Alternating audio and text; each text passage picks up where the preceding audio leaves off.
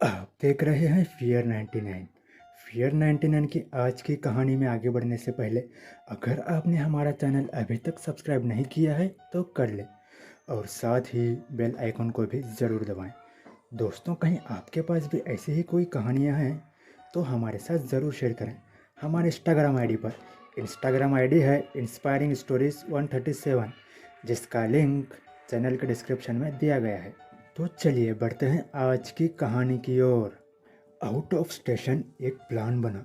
मेरे college friends Munnar के बारे में बताते हुए मुझे अपना सामान पैक करने को कहा। मैं भी ट्रिप के बारे में सुनकर बहुत एक्साइटेड था। हालांकि मैसूर से मुन्नार की दूरी लगभग 328 किलोमीटर की है, जो कि तय करना बहुत ही मज़ेदार होने वाला था। मगर वो कहते हैं ना कि जो हम चाहते हैं वो तकदीर को मंजूर नहीं होता। ठीक इसी तरह मेरे साथ भी हुआ सफ़र के दौरान। तो आइए जानते हैं आखिर क्या हुआ मेरे साथ। शाम के लगभग 7 बजे मैं मैसूर के बस स्टैंड पर पहुंचा। आज अमावस्या की रात थी, तो ऐसे में लोग अपने घरों से बाहर भी नहीं निकल पा रहे थे। मगर मुझे अमावस्या जैसी रात से बिल्कुल भी डर नहीं था। मैं अपना लगेज लेकर बस स्टैंड में बैठा हुआ था, तभी मेरे जेब में पड़ा फ़ोन बज उठा। मैंने अपना फ़ोन निकाल कर देखा तो किसी अननोन नंबर से कॉल था। मैंने कॉल रिसीव किया और कहा, हेलो हेलो। इतना कहने के बाद मुझे सामने से एक आवाज़ आई, तुम मुन्नार नहीं जाओगे, तुम मुन्नार नहीं जाओगे, गए तो अपनी जान से हाथ धो बैठोगे। इतना कहकर वो कॉल अपने आप कट हो गया। मैं यही सोच विचार कर बैठा रहा कि आखिर कॉल किसने किया था। मगर इतने में मुन्नार जाने वाली बस अपनी रफ्तार पकड़ने को बेकाबू हो रही थी। बावजूद उस कॉल के भी मैं बस में चढ़ गया।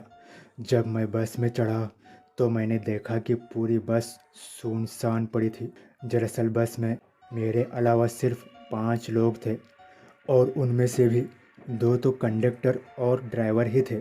ऐसे में मुझे लोगों के अंधविश्वास का एक नज़ारा देखने को मिला। मैं जाकर अपनी सीट पर बैठ गया। तभी उनमें से एक आदमी ने मुझसे कहा, भाई साहब आपको कहाँ जाना है? तो इस पर मैंने बताया कि मुझे मुन्नार तक की यात्रा करनी है।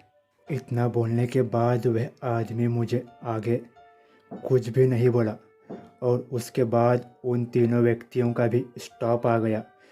दरअसल वो तीनों तिरुपुर बाईपास के वहाँ उतर गए। मगर अब शुरू होने वाला था जंगल का रास्ता। लिहाजन मैं अब बस में एक अकेला यात्री था जो बचा हुआ था, जो कि मुन्नार तक जाने वाला। सच में उस रात चारों ओर एक अलग ही गहरी खामोशी छाई हुई थी। पूरी रात अंधेरे से डूबी हुई थी। चारों ओर केवल और केवल सन्नाटे का वास था। मगर मुझे ऐसी चीज़ों से डर का कोई एहसास नहीं हुआ। तभी उस जंगल का वो रास्ता शुरू हुआ। जैसे उस जंगल में बस ने प्रवेश किया, तभी उस जंगल के चारों ओर तेज़ आंधी चलने लगी। उस रात के समय जंगल में आंधी चलना कोई बड़ी बात नहीं थी, मगर वह ड्राइवर अब पसीने से भीग चुका था और कंडक्टर भी डरा हुआ दिख रहा था। मेरे लिए एक असामान्य सी बात थी, क्योंकि ड्राइवर और कंडक्टर का तो यह रोज़ का काम था। फिर वह लोग इतना क्यों डर रहे थे? मैं कंडक्टर के पास पहुंचा और उस कंडक्टर को उनके डरने का कारण पूछा, तो उन्होंने मुझे बताया कि पिछली अमावस्या को इस जंगल के रास्ते एक कॉलेज बॉय की एक्सीडेंट में मौत हुई थी। तब से उस लड़के की आत्मा हर अमावस्या को इस जंगल के रास्ते में भटकती है और जो भी रोडवेज बस यहाँ से गुजरती है उसके साथ कोई ना कोई घटना ज़रूर होती है। अब यह बात सुनकर मेरी हिम्मत तो जैसे पानी हो रही थी। लिहाजन मैं जाकर अपनी सीट पर बैठ गया और अपने मन में ऊपर वाले का नाम जपने लगा कि तभी बस एक ज़ोर के झटके के साथ रुक गई। मैंने ड्राइवर साहब को चिल्लाते हुए आवाज़ लगाई, अरे ड्राइवर साहब, क्या हुआ? ये बस क्यों रुक गई?" इस पर ड्राइवर ने हकलाते हुए बोला, काका कुछ नहीं, बस का टायर पंचर हुआ है। मैं यह सुनकर चौंक गया। अब मुझे वह अननोन नंबर से कही गई बात याद आ गई। अब मुझे लगा कि आज मैंने इस बस में आकर बहुत बड़ी गलती कर दी। एक तो अमावस्या की रात थी और वैसे भी उस समय डर का माहौल था, और ऊपर से उस एक्सीडेंट की बात ने पूरी तरीके से हिला कर रख दिया था। फिर वह ड्राइवर बस से नीचे उतरकर किसी पंचर वाले को लाने के लिए चला गया। अब बस में मैं और कंडक्टर ही बचे हुए थे।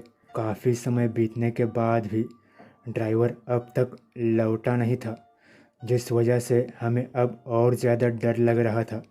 वक्त की नज़ाकत को ध्यान में रखते हुए, साथ ही ड्राइवर की चिंता करते हुए, अब कंडक्टर बस से नीचे उतरकर ड्राइवर को देखने के लिए रवाना हुआ।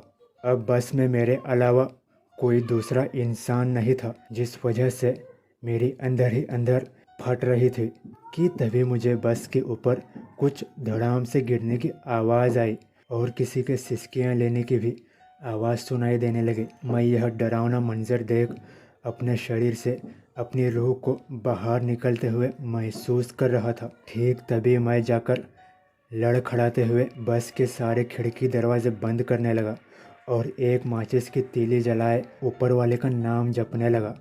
मगर बाहर मूसलाधार आंधी के साथ उस शैतानी आत्मा का बस के चारों ओर पहरा देना और बस की खिड़कियों को तोड़ने की कोशिश करना, यह कोई आम मंजर नहीं था। उसकी वो सिसकियाँ लेने की आवाज़, वो बस के ऊपर मारते हुए शैतानी पंजे, मैं तो अपनी जान की उम्मीद ही खो बैठा था। तभी मेरे माचिस की तीली भी ख़त्म हो गई और यह सदमा मेरे दिमाग पर ऐसा लगा कि उसी वक्त मेरी बत्ती गुल हो गई। और जब मैं होश में आया तो सुबह हो चुकी थी। ड्राइवर और कंडक्टर का तो कुछ पता नहीं था, जिंदा भी है या उस शैतानी आत्मा ने उन्हें मार दिया। मैं अब बस के चारों ओर देखते हुए बस से नीचे उतरा और किसी तरह मुन्नार के बस स्टैंड पर पहुंचा। और तभी मेरे कॉलेज वाले दोस्त को कॉल लगाया। हालांकि कॉल रिसीव हुआ पर कोई बुजुर्ग की आवाज़ आ रही थी। मैंने पूछा, जी संदीप है? तो उन्होंने जो जवाब दिया उसे सुनने के बाद तो मेरे पसीने छूटने लगे। उन्होंने कहा, संदीप की मौत हो चुकी है। पिछली अमावस्या को तिरुपुर जंगल के आसपास बस से एक्सीडेंट में मौत हो गई। इस पर मैंने कहा, लेकिन कल ही मेरी उससे फ़ोन पर बात हुई थी। उन्होंने कहा, वो एक छलावा था। अब मुझे सारी घटना समझ में आ गई। 2 दिन रुकने के बाद मैं वापस अपने घर लौट गया। तो दोस्तों, ये थी आज की कहानी। अगर पसंद आई हो तो लाइक और चैनल को सब्सक्राइब ज़रूर करना। मैं आपका दोस्त आपके लिए ऐसी ही कहानियाँ लाता रहूँगा। तब तक के लिए बाय एंड टेक केयर।